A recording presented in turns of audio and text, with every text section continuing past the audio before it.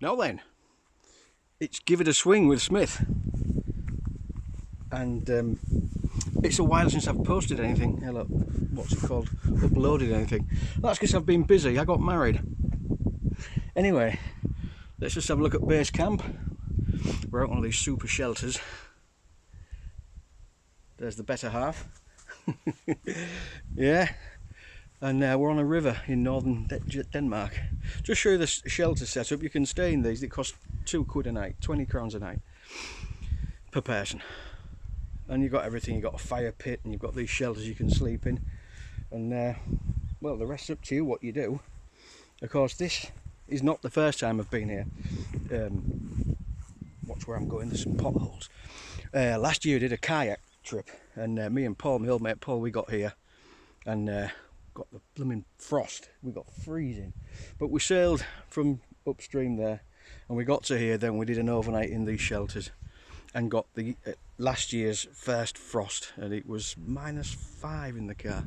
So it got pretty cold. I mean, nothing compared to Canada and Alaska, but you know, everything's relative. What's the order of the day? Well, I'll tell you what the order of the day is. It's crayfish. Now, it's a few years since I've been crayfishing, and something, well, I won't say terrible, but something very, very, well, it's just the way it is. Sad, I suppose. The American signal crayfish is now in Denmark, and it's absolutely gone crazy. It's gone completely. Not so much above Limfjorden, but up to the whole of Jutland. All the river systems are full of signal crayfish. So the native crayfish aren't there anymore, because the signals come with a parasite, which the native river crays that we get here. Now, they're not the same as the ones in Britain, by the way. The native crayfish in Britain are much smaller than a signal crayfish, but in Denmark, the flulkrabs, as they're called, they're pretty big, and so physically they can compete, but not in disease terms. So let's just have a look at what we've got here. We can't fish with traps anymore because of the eels. The eel population went so much down, so there's this new law that you can't fish with a woosa, as they're called, but you can fish with these things here. Let's just bring it up. Oh yes, and we've got one. Let's have a look and see if he's a signal. He is a signal. He's got this distinctive white. Oh, he's on his back end there. Let's have a look. Yeah, there we are. Yeah, I know. There we are, look at that. Angry crayfish. And as you can see on his claws, he's got that white spot, so he's a signal. And you can't put them back, you can't return them, because they're an invasive species, and they're very invasive. So what we'll do is I'll take him back up to the other two that we've got. I mean, it's middle of the day, well, afternoon, and it's light.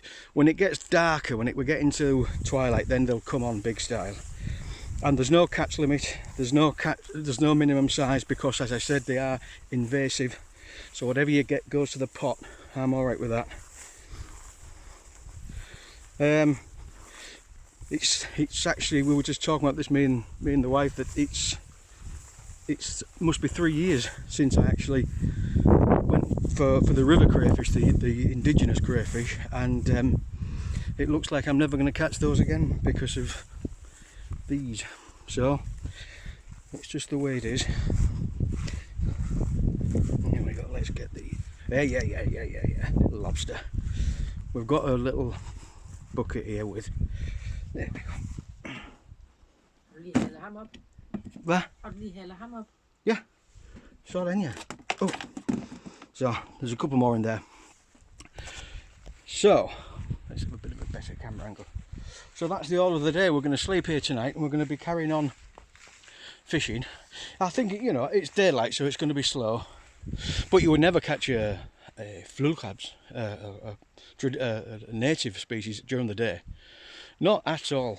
But these signal crays, they're ravenous all the time, apparently. I mean, I've seen so many good vlogs from America, and I thought, oh, well, must be great to get a couple of 100 crayfish in a day. And but now that they're here, maybe I'm being too sentimental about it all, I don't know, but now they're here I'm just thinking, well, that was then catching the real crayfish, the Danish crayfish, big fat things, lovely, really good eating as well. So but that's just the way it's gone. So instead of whining about it, I should just think, well, let's get them bagged up, let's get them eaten. Yeah, so let's just have a look at the trap. Now, as I said, the traditional traps I did use, you left them overnight and picked them up the next day, but you can't do that anymore. So you've got to attend your... So there's this, sort of like, it looks like a miniature crab pot, you know, the Cornish style. Inkwell pots, I think they call them, yeah. And I'm baiting it with cat food. These signals love cat food. So, and that cost £1, a quid. So it's simple fishing really. And as you can see, I've just got it onto a bit of garden string and a bamboo pole. So it's not a wooser, it's not a pot that you leave overnight. We're fishing with them, you know, we take them up every 20 minutes. So it's sort of active fishing really, and it's just a matter of plopping it in like so. There we go, that's sitting nice. And then I can just leave that there now. And I shall come back in, well, I'll come back at 5 to 4. Yeah, watch my footing, I've got sandals on. I've already cockled over today, nearly broke my ankle. Oh, I sprained my ankle. So there we are, I'll just give you a view of the shelters. And we'll get back to you when we've finished the evening session, and hopefully we'll have an absolute bucket full. Okay, adios.